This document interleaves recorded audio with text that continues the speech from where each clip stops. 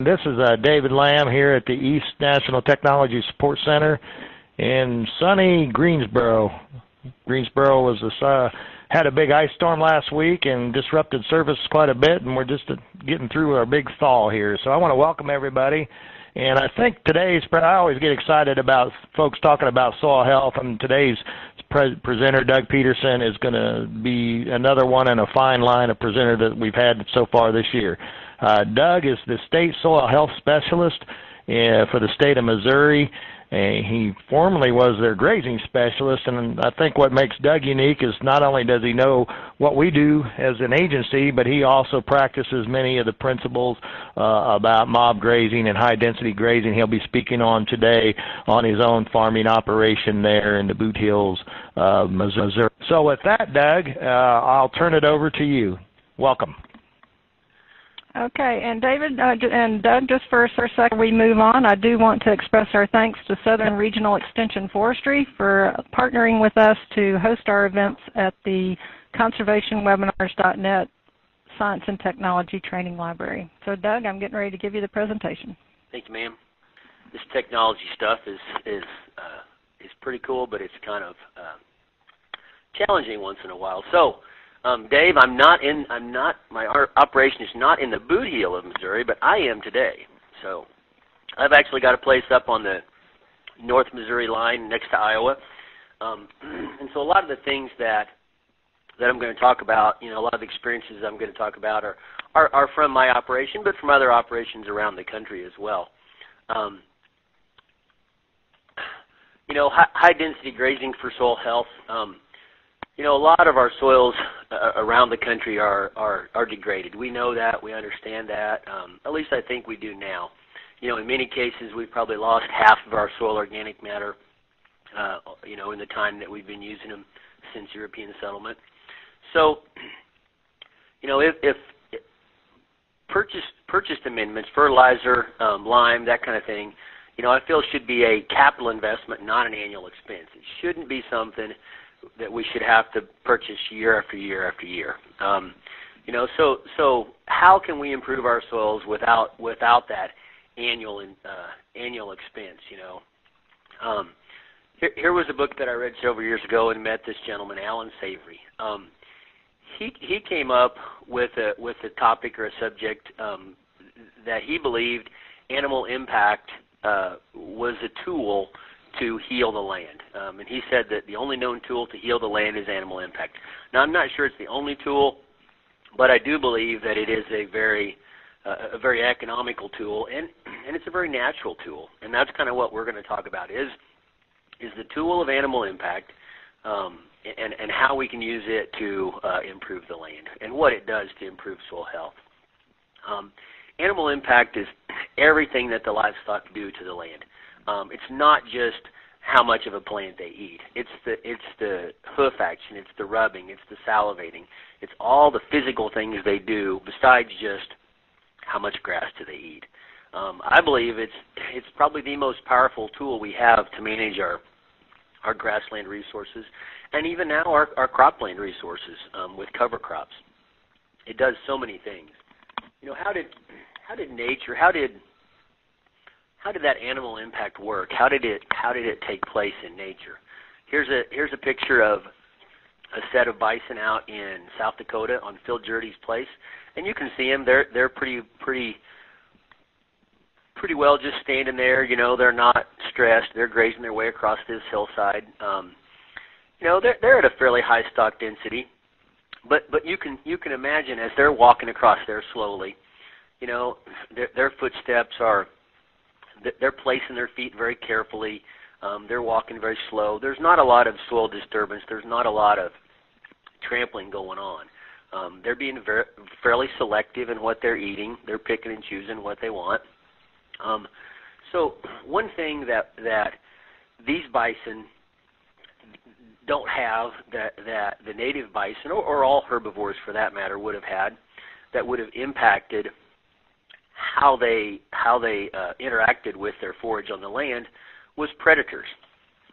Here's a shot of a small group of bison in Yellowstone, and if you think back okay, these predators, they're not actually harassing these bison, but look at how much closer together the bison are. And think about the impact that their feet are going to have on the land. That they're much closer together. Obviously, they're nervous, they're agitated. There's a couple tails in the air, so they're going to trample a lot more forage than the picture previously here of Phil's. Okay, so here's another picture. A lot more impact, isn't there? You can actually physically see the dust, the dirt flying up. So would this have happened all the time over the prairie? No, it wouldn't have. There's a lot of accounts of large herds of bison, hundreds of thousands moving across the plains, either being chased by predators or not, just migrating. But they would trample virtually everything, trample and eat virtually everything in their path, not returning for months. There are other accounts of family units of 50, 60, maybe 80 head of bison living on a burned area. And even those small herds would have occasionally been harassed by predators. And it's that harassment that would have achieved a certain level of impact to the land besides just grazing. It would have trampled some of the plants down to speed mineralization, to feed biology, and that's what we're going to talk about today. How do we measure? As humans, we always got to put a number to stuff. So how do we put a number on animal impact? Let's just say here in Missouri, our herd sizes are pretty small. But let's just say we got 40 head of 1,250-pound cows. That's 50,000 pounds of animal live weight on the hoof, okay? And if we put that 50,000 pounds of animal live weight on these three different size pastures, 10 acres, 1 acre, or quarter acre, the math, if we do the math on that 10 acre one, 50,000 spread out over 10 acres is only 5,000 pounds of live weight on a per acre basis. Now, we know that they're not going to be spread uniformly over that 10 acres, but that's kind of what the math tells us, that there's approximately 5,000 pounds spread out over that. As you step on down to the 50,000 on a quarter of an acre, that's the equivalent of 200,000 pounds of animal live weight on a per acre basis.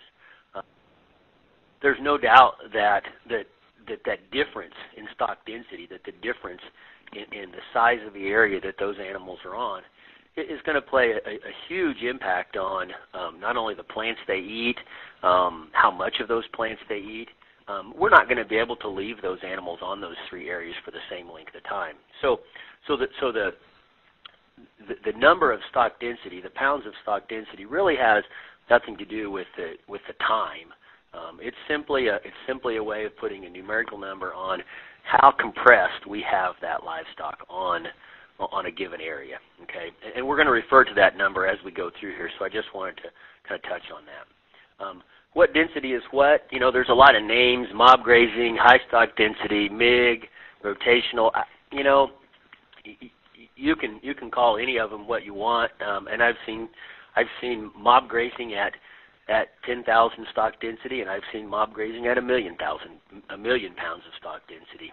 So these are just kind of three categories that I tend to lump stuff into. There's no hard and fast rule. It's just kind of where I tend to. I know that up to 50,000 pounds, I kind of know what impact the land is going to have, that livestock are going to have to the land. And as we get over 250,000, then that's a whole different type of impact to the land. So those are just kind of three categories that I lump stuff into. As we talk about the high stock density, these are typically some characteristics of high stock density. Typically, you could have an infinite number of paddocks because as forages change, people's goals change throughout the year. I know people that move 6 or 8 times a day part of the year and once a day part of the year. So you can have an infinite number of paddocks. The grazing period can be anywhere from minutes to maybe up to a day. Typically, if you get longer than a day, then your stock densities are probably going to be down into the less than 50,000 pounds. and that's going to probably drop you into a MIG, what I would consider more of a MIG standpoint. You know, the rest period can be months to years, and we'll talk a lot more on rest period. Stock density, you can see there. Utilization varies greatly depending on the goals of the specific lot. It does, most of the time, lower selectivity of the animals, and we'll talk about that. So, just to give you an idea what we're looking at from a visual standpoint, here's a set of cows at about 80,000 pounds of stock density. And just you can look at the spacing on them. They have been moved from the foreground of the picture to the background of the picture. The area that they're on now is about 5 or 6 acres, and there's 200 pair there. So that's just visually you can see that's about 80,000 pounds of stock density. Here's a set of cows at about 140,000 pounds of stock density. The area that the cattle are on is essentially the entire area that they have access to. So they are spread almost perfectly uniformly across that field, across that area. Here's, as we step it up in stock density, here's a set of two pictures on a set of steers out of Texas. Obviously this is some irrigated annuals, but as you can see here, pretty high stock density. Utilization is pretty high on this annuals. It's going to be a once over, obviously. And those two photos are on about a 30-minute time delay. So from one photo to the next is 30 minutes. Obviously, they were moving multiple times a day. And then many people know Neil Dennis in Canada. This is a shot that Terry Gompert took of Neil's place. And it's about 1 million pounds of stock density. Again, very easy to see the difference in spacing between the cattle. So you know, what are we trying to achieve with this? Well, we're trying to achieve some of the effects that the bison, when they were harassed by the predators on the prairie, the trampling, that's some of the things that we're trying to mimic, but yet without the stress from the predators, obviously. You know, we don't want that physical stress, but yet we're trying to mimic the effects somewhat. So, how does high stock density improve soil health? You know, what exactly does it do? Here's a shot. Many of you have seen something similar to this before. You know, it's a little spot of clover growing out in the field. You know, what caused it? Well, you know, he fed a bale of hay there. What did feeding that bale of hay do to that part of the field that caused all of that clover to grow? Well, it added a little fertility. I'll give you that. There was no clover seed in the clover plant, but it did. It covered the soil. It added thatch to the soil. It probably changed the pH at the surface of the soil a little bit. Organic matter has the ability to raise a low pH and lower a high pH. So it probably changed the pH right at the surface where that clover was. So, you know, if I wanted to do that on a large scale, you know, I could go out and I could spread hay on an entire field, but boy, that would be very expensive. So how can we get that same soil health benefit without spreading hay on everything? Here was a field that we actually took over in our operation in 07. This photo is from 08.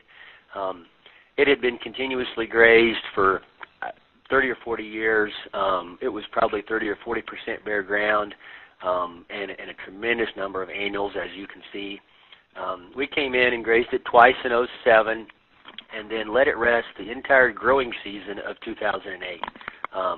This photo is from August, and we came in August and grazed it at fairly high stock density on a 12-hour graze period, and trampled a large portion of this material down. Again, this was the second year we had done this, so we'd done it previously twice, and then we came in the third time we did it.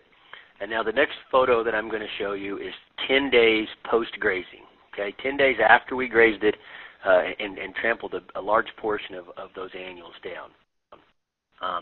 You can see all the trampled material for sure, but then what do you also see? You also see clover everywhere.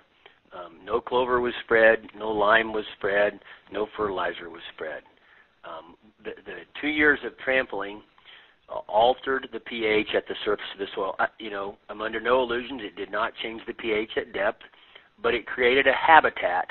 It created an environment right at that surface for biologic activity that made more minerals available, that changed the pH slightly, that allowed clover seed that was in the soil the opportunity to germinate.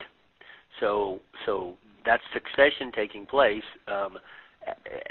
through the use of animal impact. We went from annuals now here to a nitrogen fixing biennial, and then as we moved on down the line, we went to perennials.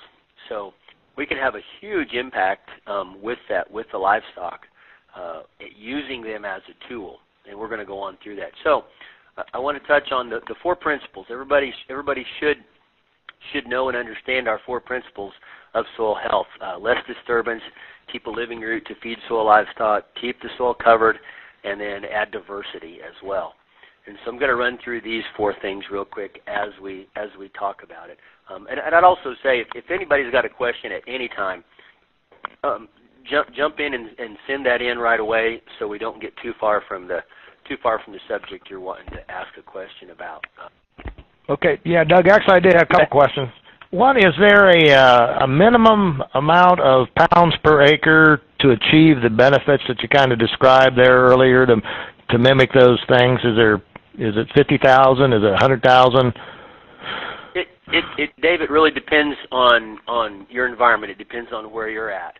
And it depends on what you're trying to do. If you're trying to trample down material like I showed right there, we in the east, typically east to the Mississippi River, and even in Missouri, east to the Missouri River, in our environment, the more humid environments, we can do a lot with 100 and 150,000 stock density, which you'll be on about 2 moves a day, typically, depending on your forage availability. 2 moves a day will probably put you in that 100 to 150, 160,000 stock density. And that will achieve a lot of things in the more humid areas. As you get into areas where you have more woodies or farther west, you're probably going to have a little higher stock density, which is harder to do in the west because obviously less forage. To achieve, if you're not getting the impact to the land that you want, then you have to go to a higher stock density. If you have less forage like they do in the west, then that means a lot more moves a day to make sure that you get enough intake on those animals. And I think we'll have some pictures that will show that a little bit more. Okay. Yep. Well, I was going to ask, are you going to talk about how you can judge whether you're getting the impact visible, how you can gauge whether you're being successful with the impact as you go through your presentation? Yeah, a little bit as we go okay. through here. Just to run through disturbance, we've got chemical and physical disturbances. We're not going to touch much on the chemical disturbances other than to say that we really need to understand those and be careful on what we're doing, even on pastures. Most of us think of physical disturbance as tillage, obviously. Fire is a disturbance as well. But what's the biggest disturbance in grassland? I believe that it's haying. Haying is an incredibly harmful disturbance, and I think that needs to be something that we really need to focus on. We're going to really hit on grazing as we go through here, so we're going to skip those a little bit. Grazing is a disturbance that sets succession back. There's no doubt about that. As we lengthen our rest periods, then it typically will mean less grazing events per year. We want to have succession in a forage environment. We want to have succession advanced as far as possible away from the annuals and toward the perennials, but yet have a system that is maintained in a herbaceous vegetation or herbaceous with a few shrubs. We don't want to allow succession to advance so far that it becomes totally woody. So lengthening those rest periods out is going to mean less grazing events per year, so that will allow succession to mature slightly, and that's what we're looking for.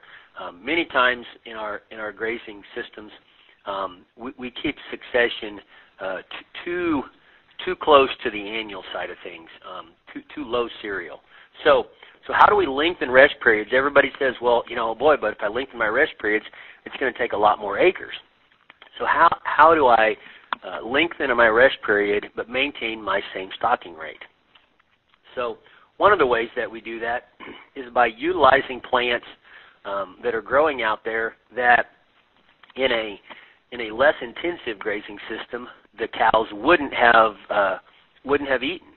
So here's a picture of Mark Brownlee's down in South Missouri, where he went to 2-a-day moves, and he's got some sumac. He had a lot of sumac and some other woodies, some shrub-type woodies.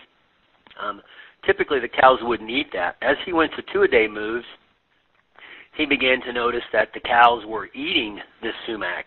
At first, he was worried that he was actually starving his cows, and they were eating it because there was nothing else to eat. But then he realized that as he began watching, they would go through the strip and they would eat some sumac, and then they would walk on down and eat some grass, and then they would come back and eat more sumac. So maybe initially, maybe the first day or two, we were requiring those cows to eat part of the forage sward that they wouldn't have eaten, if they wouldn't have been required to. But as we get farther down the road, we teach those cows, hey, I can eat anything out there, and so they begin to eat a lot more of that, the plants that they wouldn't have eaten before. So that gives us essentially more forage in a sward. That's what it looks like afterward. Here's another example, the same thing basically with ironweed. Ironweed was taking over this field. So instead of ignoring it and letting it take over, we began to use it as a forage, raise stock density to a level that required them to eat a portion of it. And we didn't want to hurt performance. There's still plenty of forage there. You can see a lot of green. It is grazed fairly uniformly, that's for sure. But we'll talk about animal performance more as we go. Living roots feed soil livestock. How do we get more roots in the soil? This is a picture that many of you have seen many times, I'm sure. If we think of those roots as a food source, those roots are the primary food source for organisms in the soil. We have to think of those roots as a feed trough. So how do we get a bigger feed trough for our organisms in the soil? Well, obviously we have to have a longer rest period. Longer rest periods mean more roots. Now, how long is that going to be in your environment? And it's hard to say. I realize we've got people from all over the country here. In my environment, where I'm really focusing on building soil, if I'm going to make an error on the length of my rest period, my error is going to be too long. I can deal with a rest period that's too long, but if I have a rest period that's too short, a recovery period that's too short, that will hurt my soil health. Excuse me again. So, how long is that going to be in your particular area? I can't say. You're going to have to decide that and look at that. I know for us, we have went to 2 to 3 grazing events per year, and have seen some tremendous benefits in diversity, tremendous benefits in soil health. We have a thatch of material on the surface of the soil, litter that's approaching a decomposed litter that's approaching an inch thick, makes a huge difference on infiltration, on soil temperatures, and we'll talk more about that as we go. So those exudates that those plants give off, that's the food source. The plants really are in control, and that's why we have to make sure that we have a lot of plant material, a lot of roots to feed those organisms in the soil. This is not a slide meant to say this is the perfect soil, but it's a slide to show that we have livestock in the soil. We have pounds of livestock in the soil. And we need to, with purpose and with thought, we need to feed our soil livestock. We always have a plan for our cows in the winter. We have to have a certain number of hay bales. We have to have a certain number of acres to feed our cows or our sheep every year.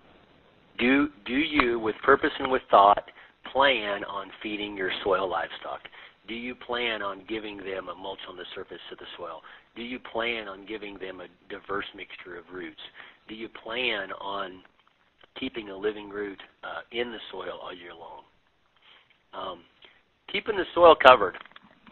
And I guess I'd stop here. You got any more questions, Dave? Yeah, I had a question. You were referring to effect on pH, and they were just wondering what the typical pH would be in your soil that you're dealing with in your area there. It can vary quite a bit depending on how how eroded the area is and how much it's been farmed historically. We've got some in the mid fours, high fours. Typically, that particular field that I showed with the clover was in the low fives, 5.1, 5.2. That was pretty typical. We have a few others, and I'm not opposed to putting on lime. That is, I had not applied any to that farm. That was the second year of a rental farm, of a leased farm. I have applied some lime on owned land, and I think that's probably a very cost-effective application of that tool. But I also know that in many situations we can alter those pHs significantly at the surface, not throughout this whole soil profile, but at that surface, which will change the species composition quite a bit. So, good okay, question. And then one more. Well, one more before you move on. You talked a little bit about behavioral characteristics of the cattle, and I was wondering, have you found any breed differences that some breeds tend to graze better than others in this kind of a situation? I wouldn't say that I found any breeds that graze different, because the grazing is something that we really control. How much they eat, what they eat, that's what we really control. I will say that I've found differences in the pressure, in the level of stock density that animals can take. We take in contract cows every year, and I got a set of contract cows 2 years ago that came from Texas, and I would have to guess they'd probably only seen humans about twice in their whole life, because they would not take the pressure. They could not. The highest stock density we could get with them was 80 or 90,000, maybe 100,000. As we tried to confine them into smaller areas, invariably there'd be several of them out, and it wasn't because they weren't trained to electric fence, because they were. It was because they physically couldn't take being that close to all their neighbors. So there are some things there. Generally, though, all it takes is about a week or two to train virtually any type of animal, any breed of animal. We get a different set of cows in almost every year, not quite, but all it takes is a period of a week or 2 weeks to train them to this method of grazing. It's not. So is that it? Yeah. Why don't we keep going? Okay. The next thing here is keep the soil covered. Obviously, that's another one of our basic soil health tenets. So how does the high density grazing play into that? Well, the trampling that we've talked about a couple of times is the biggest part of it. That trampling in a very low density grazing style, similar to what you saw with the bison on field jerseys. There would be very little trampling that would occur. The animals would place their feet and select where they were going, and there really wouldn't be much trampling. Here's a picture. You can see quite a bit of trampling, quite a bit of plant material laid down. There's still plenty of green grass left upright to carry on photosynthesis, but that mulch on the surface, taking that plant material and putting it on the surface, it just does a whole variety of things. For one thing, here's a question for you. If I graze at a light stock density, and I graze the parts of the plants that meet my cow's nutritional needs when I go through there in a fairly light stocking rate. If I take off half of the plants, when I come back around the next time, as I make my entire rotation and I come back to that field next time, the parts of the plant that I left last time, when I come back the next time, are they going to be better quality or are they going to be lower quality? In almost all instances, if they've had that extra long period, they're going to be lower quality. So why do I want to leave them? I want to leave some of them there to carry on photosynthesis for sure. But if they're not good enough for my animals to eat the last time they were there, there's no way they're going to be good enough for my animals to eat the next time. So let's get a portion of that trampled down so that the organisms can begin the process of decomposition and mineralization and grow new plants with that material. Instead of tying it up, let's start growing some new material with it. And it does a variety of things. It keeps the soil cool so that soil organisms can remain alive and working. It also provides a food source for earthworms. It's not necessarily a food source for earthworms. The earthworms use it more like bait. They use all that mulch as an attractant. They drag it back to their holes and use it as an attractant for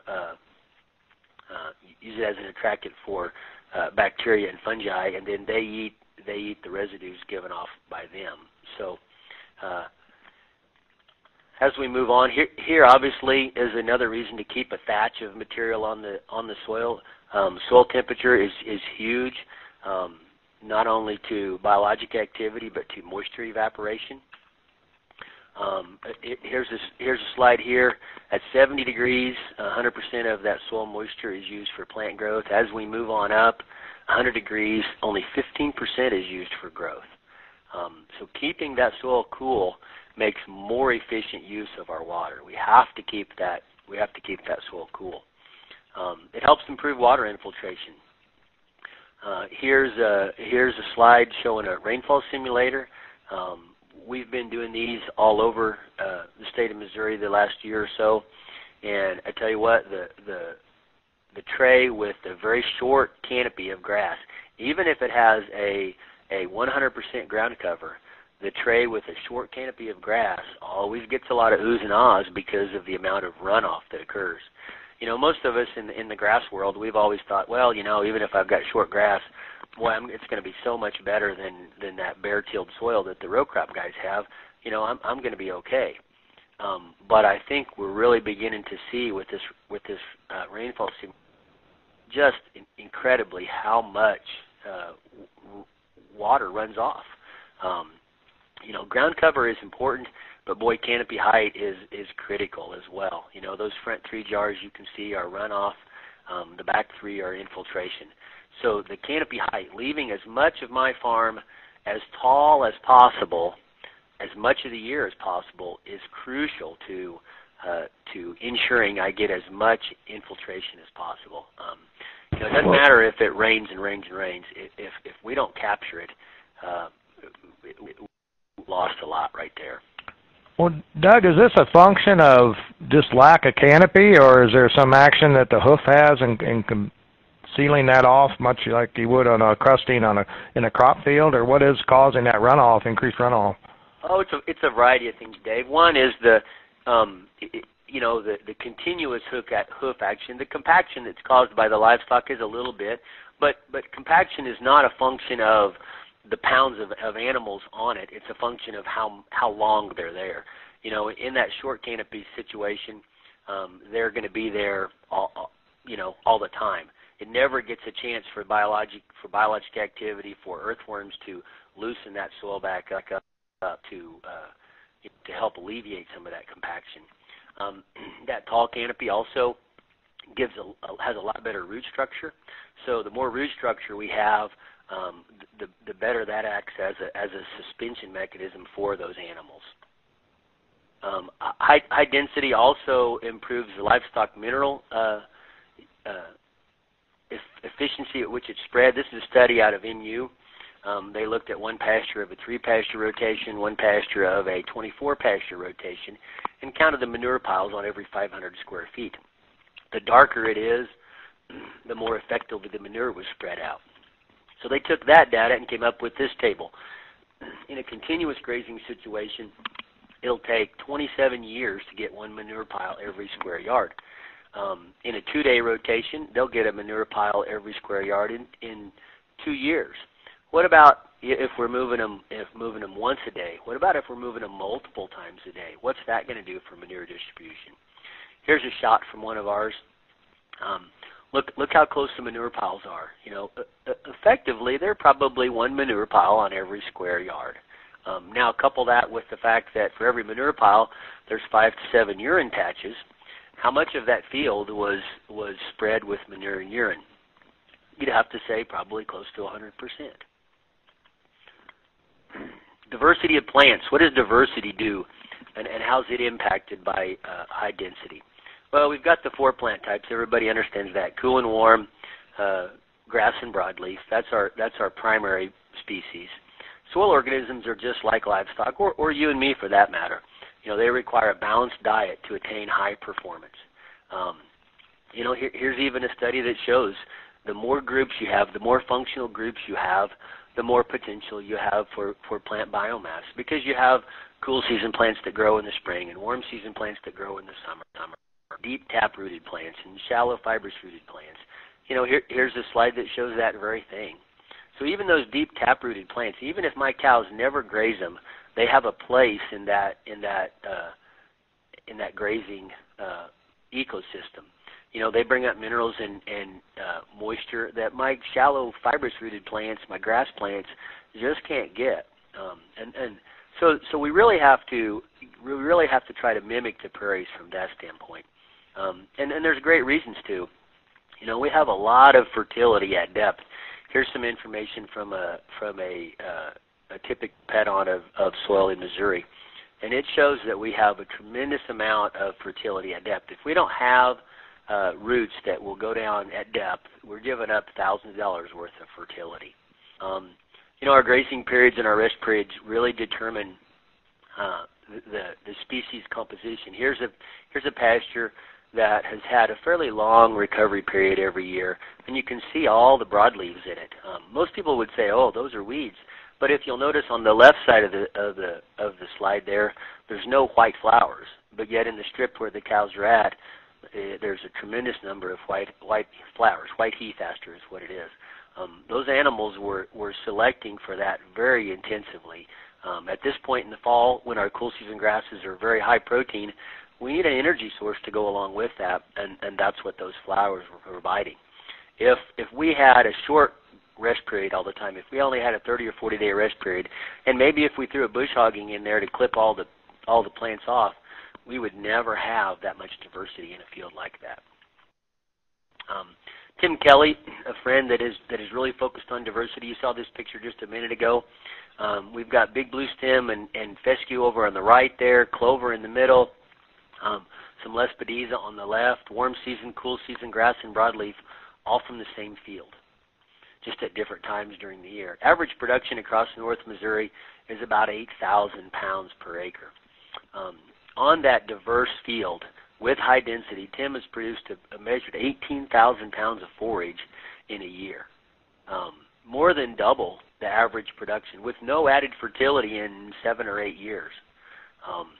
So getting plant diversity and then using high stock density to effectively utilize it is a real key to improving our productivity and our profitability. And then the last thing I want to talk about here as we get ready to wrap up is animal performance, because this is an issue, and I've seen problems with this before. If it's managed properly, it's really good. Typically in the east, our pastures are very high protein, low energy, our cool season grasses. You know, an easy way to allow to help improve that energy to protein ratio is to allow our cool season grasses to get a little bit more mature. That will really help with that problem. The tricky part is allowing enough livestock selectivity to maintain performance, but yet at the same time controlling livestock selectivity to ensure that they eat the portions of the plant or the species of plants that we want them to. So it's a pretty fine line. The biggest mistake that I see that people make is what I'm going to call scorched earth grazing. It's, you know, when you put animals at a stock density that is very high, you can make them do anything you want. I can make them eat the thatch off the ground if I want to. It'll kill them over time, but I can make them do it because they become very, very aggressive grazers. Here's a shot that has a mixed herd, obviously cow-calf pairs, multiple moves a day. The lack of residue behind them. This is a very wet environment, and you know, the lack of residue behind doesn't bother me quite as much because you can see in the foreground it's recovering very quickly. The problem in a mixed herd like this of cow-calf pairs, by the time the calves are about 90 days old, they're getting more of their nutrition from grazing than from milk. And in this situation, there's a lot of calves that are not grazing. Now, maybe that's because on multiple moves they already had their fill, but I'm guessing not. I'm guessing in this instance, he's actually reducing performance on the calves because they can't get in and fight these cows. So if you have a mixed herd, you have to make sure and make sure that the weakest animals in the mixed herd have the opportunity to graze adequately. You know, the goal should only be to have them eat the parts of the plant that meet their nutritional needs. Generally, that's going to probably be 60% or less utilization by the livestock. There'll be times when you'll want to take more of it, but a lot of times we'll only take 30 or 40% utilization intake by the livestock. Now, they'll be quite a bit trampled, but that's to feed the soil livestock. So we really have to pay attention to that, and that's something that I want to make sure people understand and be very aware of. The soil is the basis of everything. You know, I believe the soil is the most important thing we have to take care of. However, we have to consider the whole when making those management decisions. You know, we have to understand the animal performance goals that our specific classes of livestock have. You know, we cannot expect a dairy cow to be able to eat the same type of forage that a dry beef cow can. We have to understand our financial goals, you know, as well as our personal goals. You know, I know some people that move cows twice a day and don't want to do it any more than that. I know other people that are perfectly happy to go out and move cows 6 or 8 times a day. So everything has to have consideration: animal performance, finances, the land, as well as our personal goals. So, with that, I will end and answer any final questions, Dave.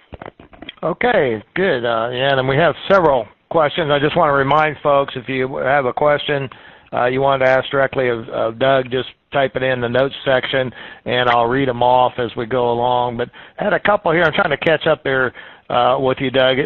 Someone wants to know, can you kind of explain the difference between maybe high rotational grazing versus what you've been talking about, which sounds to be a little more intense, and its impact on the rotational grazing's impact on soil health versus the mob grazing or high-intensity grazing that you've been talking about?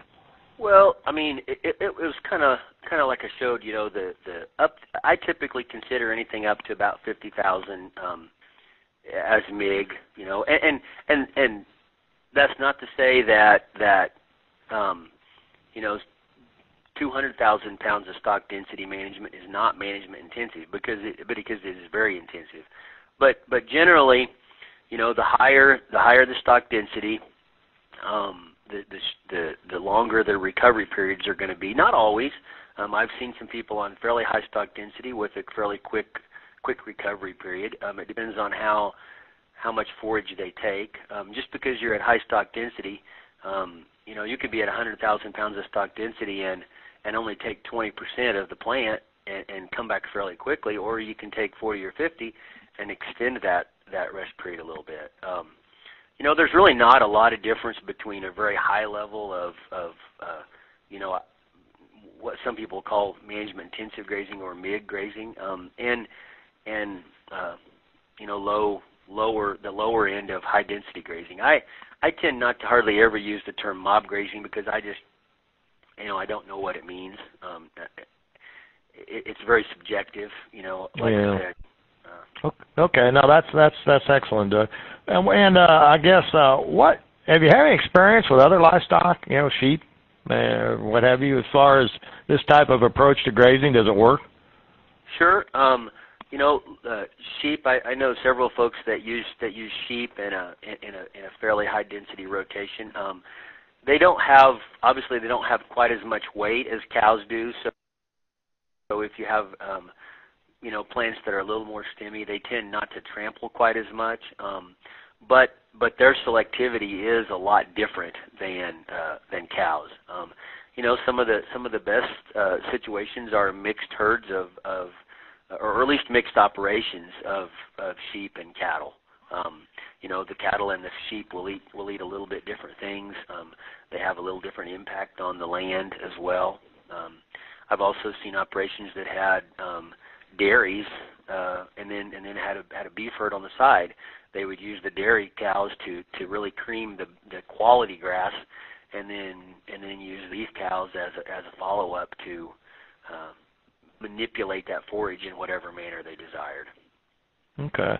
Well, again, getting back to the idea, Doug, of you're going out and you're trying to evaluate your whether the grazing that you've achieved or we're looking for has been achieved. What do you look for? Do you have like 2 or 3 tips you might give folks that would can calibrate their eyes, so to speak? Well, it depends on your goals. In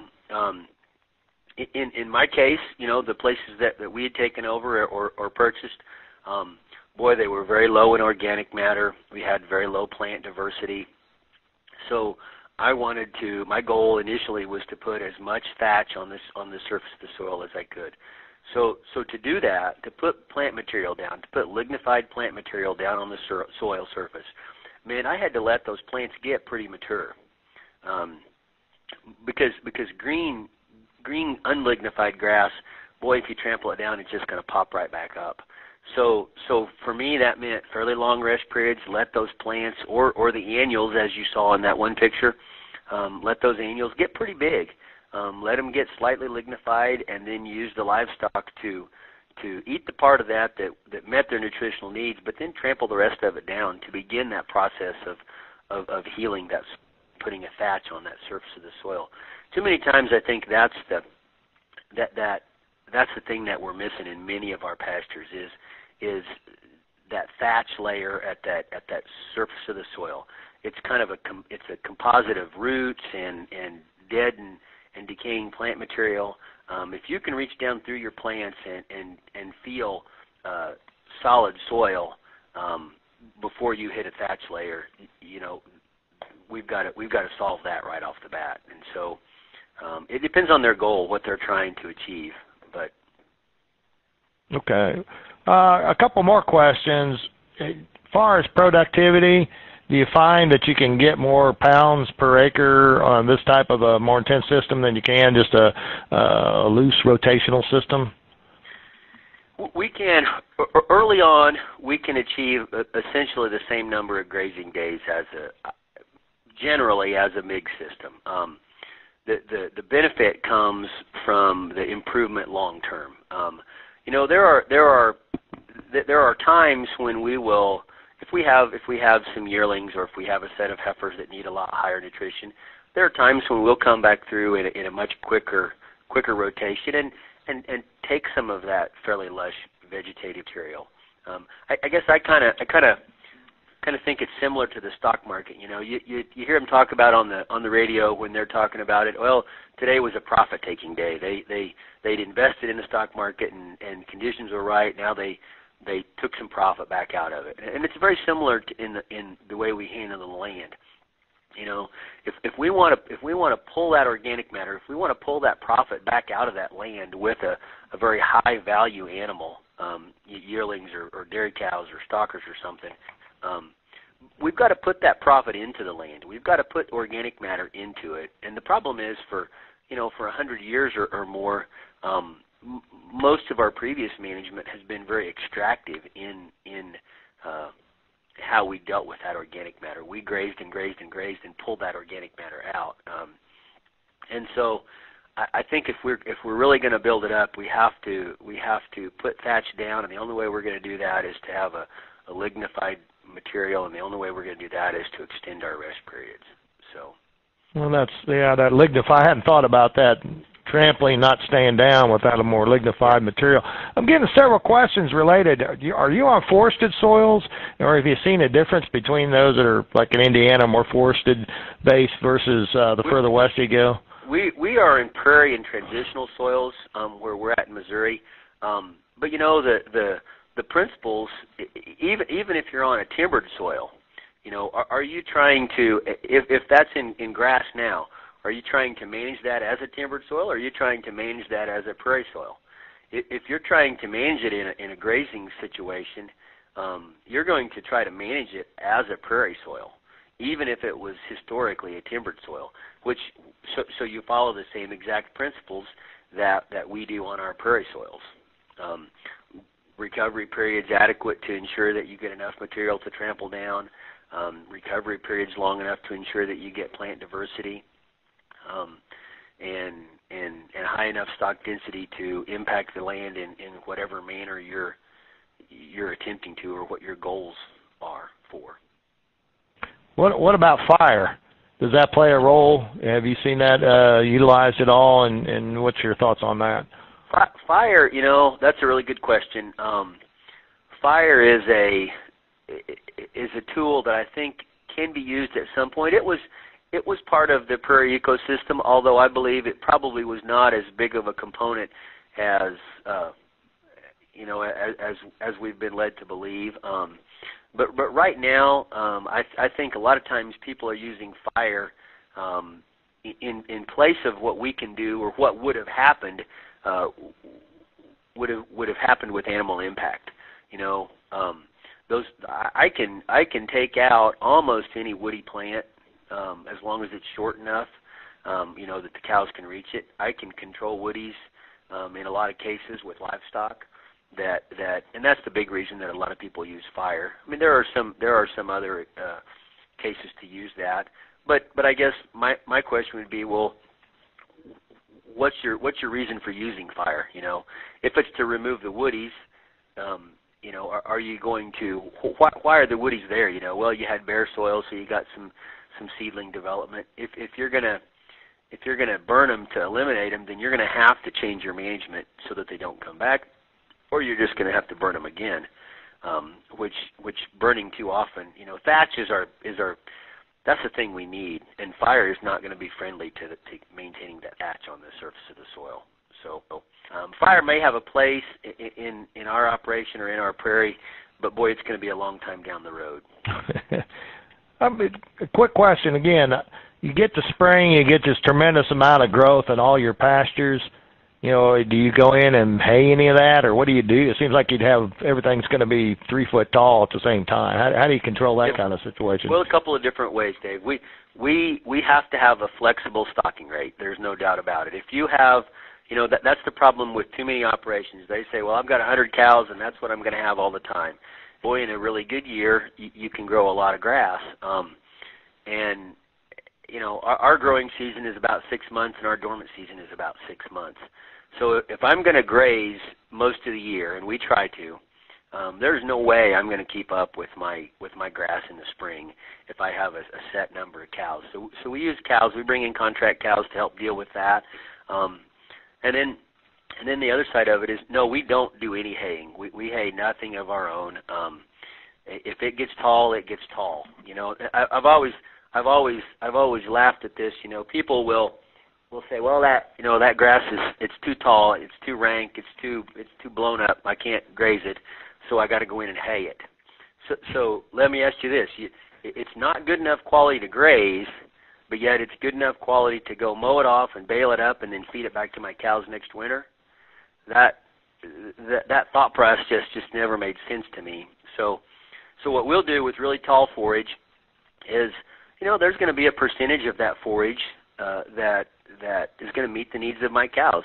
Maybe it's only 20%. If I've got some big, tall, rank material, I'll flash my cows through there at fairly high density, let them graze that 20 or 30% that meets their nutritional needs, and trample the vast majority of it down. You know, that's a perfect opportunity to feed that soil livestock with all that tall lignified material that most people would bale in hay. So that's the best opportunity. That's the best use of it. So instead of feeding your cows that lignified material, you're feeding your biology in the soil, which would improve your next time grazing period, the forage quality at that point in time? That's the thought. You bet. Okay. Yeah. One quick question about stockpiling. Do you have any kind of stockpiling forage in your rotational, and you maybe explain what that is a little bit? If it grows, we stockpile it. So, you know, we try to graze virtually year-round. We feed about a bale per cow. Our 10-year average is about 1 bale per cow per winter, and that's, you know, pretty much in the deep snow. Other than that, we're grazing for the other 11 months typically. We will stockpile anything. You know, I try to rotate the areas that we stockpile around. You know, to give I'm a big believer in those rest periods at different times of the year. You know, I don't ever want to get into the habit of grazing a certain field at the same time every year, because that will really impact my diversity. And so it will simplify it. If I graze a field exact same way year after year after year, mm-hmm. it will simplify that plant community in that field, because it's going to favor whatever like that specific management regime. And so we try to manage different fields different every year, so we try to stockpile different fields every year. Occasionally I will, almost every year, we will take at least one field and stockpile it the entire growing season, give it a full year's rest, and then we'll come in the spring whenever the green grass is growing up through it. Boy, you want some cows that will really improve in the spring and come out of winter looking good. You give them some grass that's had a full year's recovery, and then it's got 6 or 8 inches of green grass growing up through it. That's just about a perfect mix of a protein and energy and dry matter ratio. They will just absolutely perform. Okay. Well, listen, Doug, I'm going to let you end on that note. And again, I appreciate your insights and appreciate this is the second presentation you made today. I understand you were at a field day earlier, and we appreciate the work you're doing again. And just thank you for your time, and it's always enjoyable, and I learn something every time I hear you speak. And with that, I just want to say thank everybody for participating and remind you folks that are interested in getting the continuing education credits that you need to go back and follow step 2 as Holly described in her introductory comments. And with that, we'll call it a day.